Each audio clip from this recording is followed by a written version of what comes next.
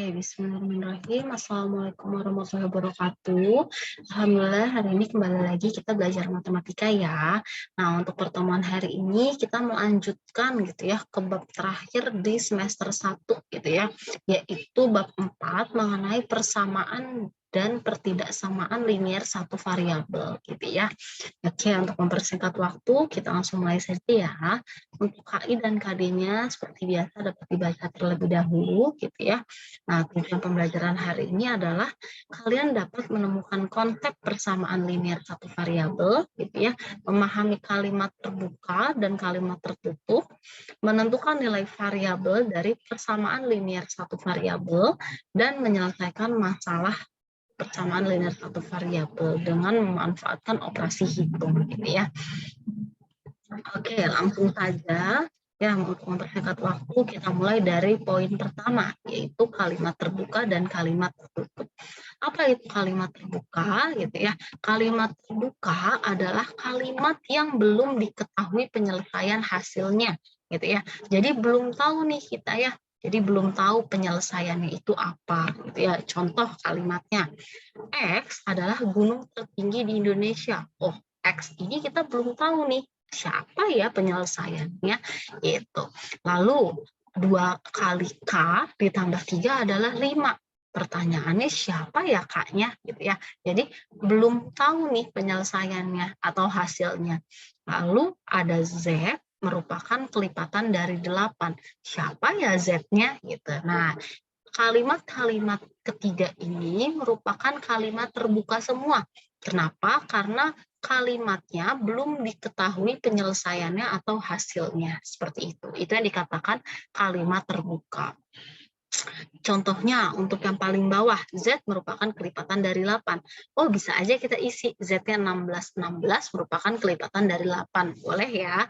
Itu dan seterusnya. Jadi banyak kemungkinan penyelesaiannya gitu ya. Nah, itu yang dikatakan kalimat terbuka, yaitu belum diketahui penyelesaiannya.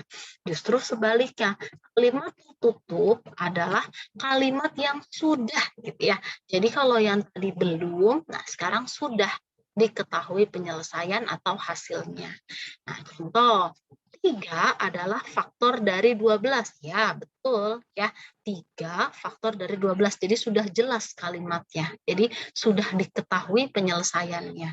KPK dari 4, 6, dan 8 adalah 24 gitu ya. 0, 5, 10 adalah bilangan kelipatan 5. Betul semua ya. Jadi semua ini adalah kalimat tertutup karena sudah jelas gitu ya penyelesaiannya apa gitu. Jadi kalimat tertutup sudah jelas penyelesaiannya, sedangkan kalimat terbuka belum jelas penyelesaiannya atau belum ada penyelesaiannya gitu ya. Itu perbedaan kalimat terbuka dan tertutup. Oke, langsung saja kita masuk ke poin yang kedua, persamaan linier satu variabel atau nanti biasanya disingkat menjadi PLSV ya. Itu persamaan linier satu variabel. Oke, kita masuk ke poin pertama. Apa ya pengertian PLSV gitu ya? Persamaan linier satu variabel adalah kalimat terbuka gitu ya dengan satu variabel. Nah, sudah jelas dikatakan persamaan linier satu variabel ya. Jadi hanya ada satu variabel yang memiliki hubungan sama dengan dan variabelnya hanya berpangkat satu seperti itu ya. Jadi kalimat terbuka artinya penyelesaiannya belum diketahui gitu ya. Nah, bagaimana cara menyelesaikan persamaan linier satu variabel? Jadi bagaimana nih mencari solusinya gitu ya. Nah, yang pertama selesaikan tanda kurung jika ada. Yang kedua, nah ini poin utamanya ya, poin yang paling penting. Kita kumpulkan variabel atau huruf pada satu sisi gitu ya. Boleh sisi kiri atau sisi kanan. Tapi biasanya gitu ya, untuk variabel dan huruf kita taruh di sisi kiri gitu ya. Sedangkan untuk angka dan bilangan pada sisi lainnya. Nah, biasanya angka dan bilangan ditaruh di sisi kanan. Oke, setelah itu baru kita bisa menyelesaikan nilai X-nya. Nah, untuk memahami PLSV, kita sudah belajar bentuk aljabar di sebelumnya ya. Jadi terpakailah di sini untuk bentuk aljabar ya. Oke, contoh soal yang pertama ya. 2x sama dengan 14. Kita ingin mencari penyelesaiannya gitu ya. X-nya berapa ya? Seperti itu. Nah, di sini nih, oke. Untuk operasi penjumlahan, ya ketika pindah ruas ke kanan menjadi pengurangan, gitu ya. Sedangkan sebaliknya, ketika pengurangan kita pindah ruas menjadi penjumlahan, gitu ya. Itu untuk penjumlahan dan pengurangan. Lalu bagaimana dengan perkalian? Untuk sisi kiri, ketika perkalian pindah ke ruas kanan menjadi pembagian. Begitu juga sebaliknya, ketika sisi kiri pembagian pindah ke kanan menjadi perkalian, gitu ya. Jadi kita bisa cari gitu ya, untuk 2x sama dengan 14, ya perhatikan 2x artinya di sini perkaliannya. Ya, 2 dikali x artinya x sama dengan gitu ya. Karena tadi perkalian gitu ya. Sekarang jadi pembagian. Oleh karena itu 14 ya kita tulis ulang jadi dibagi 2. Jadi 2-nya menjadi pembagian ke samping seperti itu ya. Jadi nilai x-nya berapa? X sama dengan 14 bagi 2, 7. Nah, jadi penyelesaiannya X sama dengan 7. Seperti itu ya. Bisa ya dipahami ya.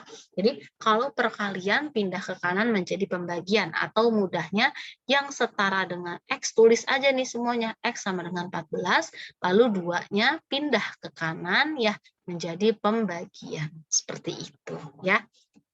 Oke, gimana kalau soalnya seperti nomor 2 gitu ya. Nah, jadi di sini ada penjumlahan gitu ya. Penjumlahan tadi katanya apa? Kita kumpulkan gitu ya. Kita kumpulkan variabel menjadi satu sisi gitu ya. Lalu untuk yang angka gitu ya satu sisi. Berarti kan ini masih nyampur ya. Ada yang variabel sama angka, berarti angkanya kita pindahkan ke kanan. Oke, 4Y-nya kita tulis ulang sama dengan 37-nya kita tulis ulang. Jadi yang tetap ditulis ulang aja. Positif 5 gitu ya, pindah ruas jadinya negatif 5 ya. Seperti yang tadi dikatakan bahwa ketika penjumlahan gitu ya positif pindah ruas menjadi negatif. Jadi 4Y sama dengan 37 kurang 5, 32. Jadi Y sama dengan 32. Nah, gimana tadi? Nih, perkalian ya, pindah ke kanan jadi pembagian. Jadi nilai Y sama dengan 8. Jadi penyelesaiannya adalah Y sama dengan 8. Seperti itu ya. Jadi sekali lagi nih, untuk perkalian pindah ruas menjadi pembagian. Penjumlahan pindah ruas jadi pengurangan. Gitu ya. Nah, nih perhatikan ya. Oke, langsung ke contoh berikutnya ya. Bagaimana kalau soalnya seperti ini? Oh, sama aja berarti ya kita pindahkan apa? Si variabel menjadi satu ruas gitu ya. Nah, satu sisi ya. Sekarang yang 6P-nya kita pindahkan saja ke kiri gitu ya. Berarti 3P yang sudah tidak pindah ditulis ulang. Plus 6P jadi min 6P sama dengan 15 ya. 15-nya tetap tidak pindah. 3P dikurang 6P negatif 3P sama dengan 15. Oke, karena P sama dengan 15, di sini perkalian 3, berarti menjadi pembagian min 3.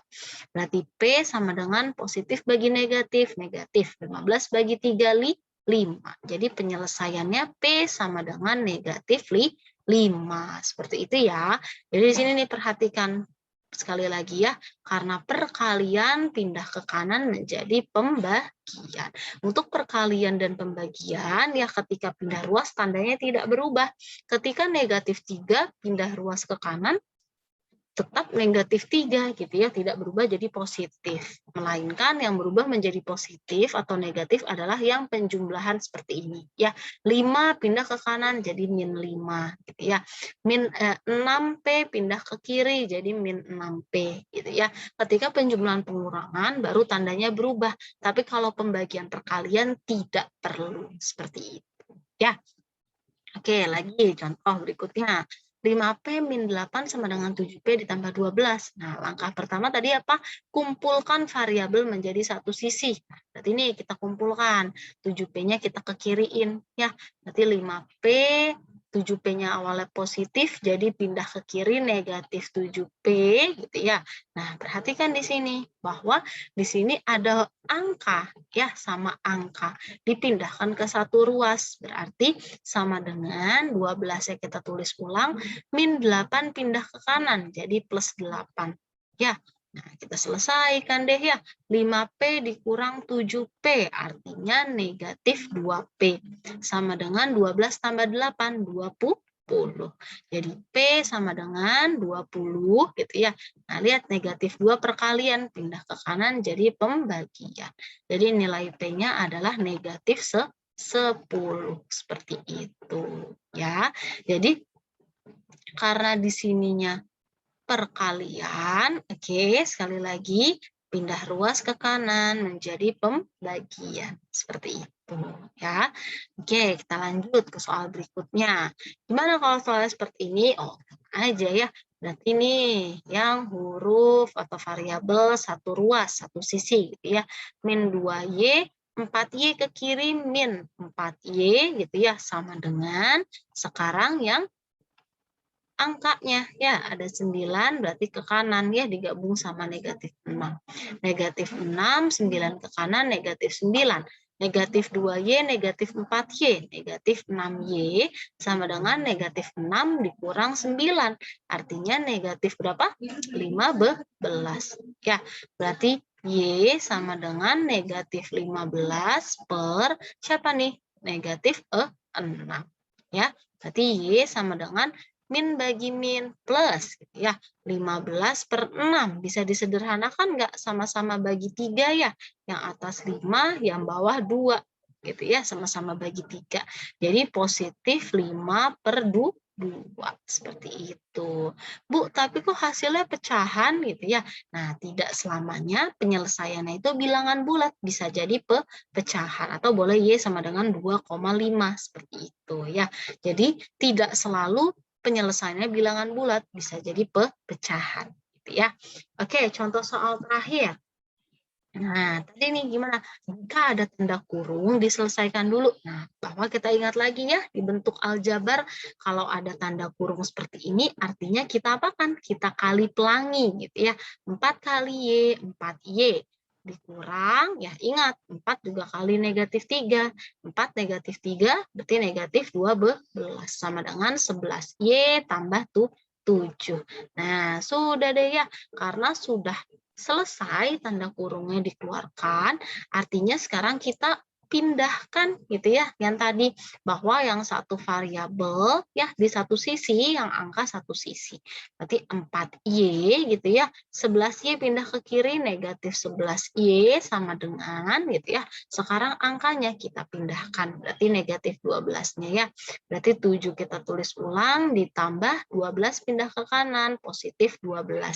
Ya, awalnya negatif nih, pindah ke kanan jadi positif. Berarti 4Y dikurang 11Y. Berarti hasilnya 7Y gitu ya. Sama dengan 7 tambah 12, 19. Seperti itu ya.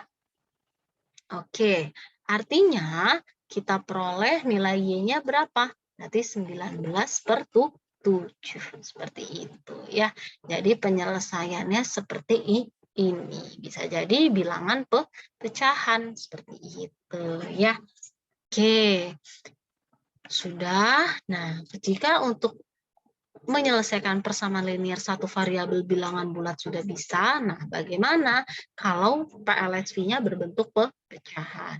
Sama seperti biasa kita selesaikan dulu tanda kurung ya. Setelah itu kita menghilangkan pecahan dengan cara mengalihkan penyebut gitu ya yang bawah dengan KPK-nya supaya hilang pecahannya ya. Nah, lalu udah step berikutnya sama saja. Kumpulkan variabel pada satu sisi, angka pada satu sisi dan menyelesaikan variabel yang ditanyanya ya, tidak selalu X ya, bisa M, N, Y, dan seterusnya gitu ya. Yuk kita latihan soal yang pertama. Perhatikan bahwa di sini ada 2X dikurang setengah X ditambah sepertiga X dikurang seperempat X sama dengan 6. Artinya penyebutnya 2, 3, dan 4. Nah, kita cari KPK-nya mereka itu berapa?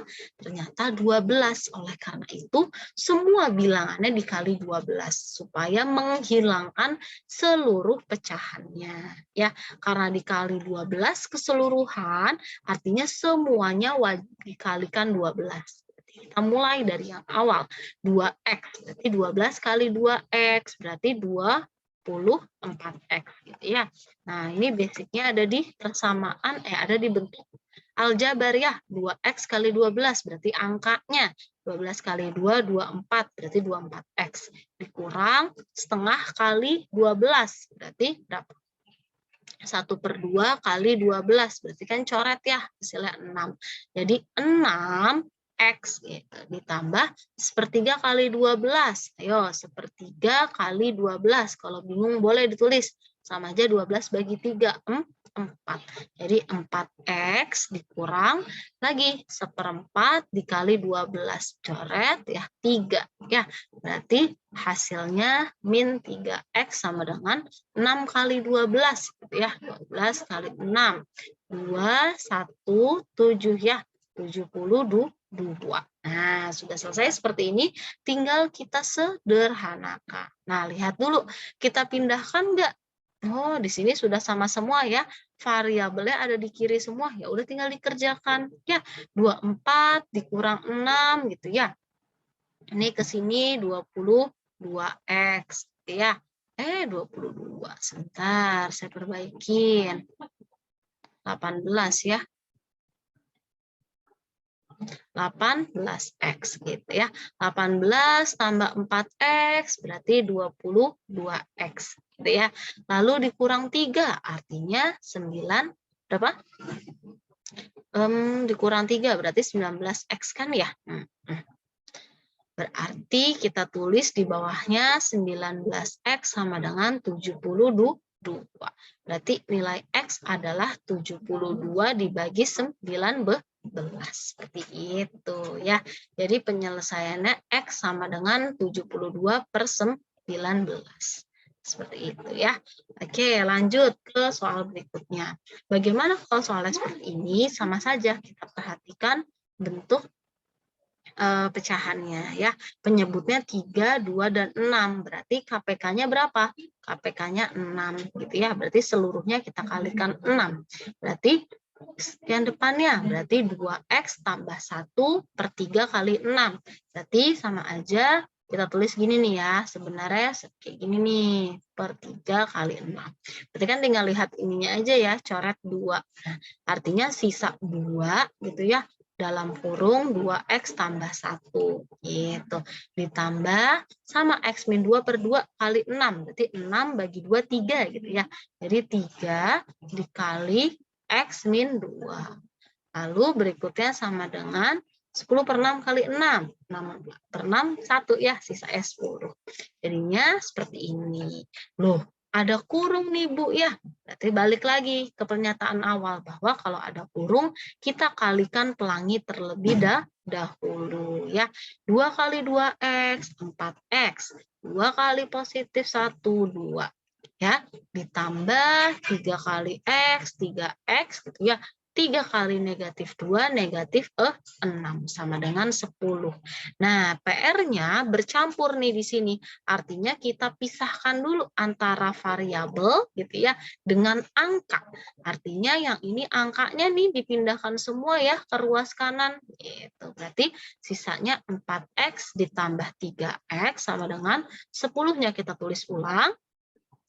Plus 2 pindah ruas ke kanan, jadi min 2 gitu ya. Lalu min 6 pindah ruas ke kanan, jadi positif 6. Jadinya 4X tambah 3X, 7X gitu ya, sama dengan 10 kurang 2, 8. 8 tambah 6, berapa 8 tambah 6? 14. Ya, artinya X sama dengan 14 gitu ya. X-nya 7-nya perkalian menjadi pembagian. Jadi nilai X-nya sama dengan 14/7. Berarti X-nya sama dengan 2. Jadi penyelesaiannya adalah X sama dengan 2. Seperti itu ya. Jadi sekali lagi untuk bentuk pecahan ya, kita kalikan dengan KPK-nya ya. Supaya menghilangkan seluruh bentuk pecahan seperti itu ya. Jadi ketika kita sudah belajar bentuk aljabar, insya Allah mempermudahkan kita untuk mengerjakan persamaan linear satu variabel ini seperti itu ya. Oke, untuk mempermudah ya mengasah pemahaman kalian, boleh nih dikerjakannya tugasnya LKS halaman 52, tugas mandiri ya, bagian yang atas tuh nomor 1 sampai 6 ya, dikerjakan boleh di buku tulis atau langsung di LKS ya. Oke, Ibu cukupkan untuk pertemuan hari ini. Terima kasih yang sudah menyimak pembelajaran Ibu sampai akhir. Selamat belajar dan selamat mengerjakan. Terima kasih semuanya. Wassalamualaikum warahmatullahi wabarakatuh. Sampai bertemu di pertemuan berikutnya ya.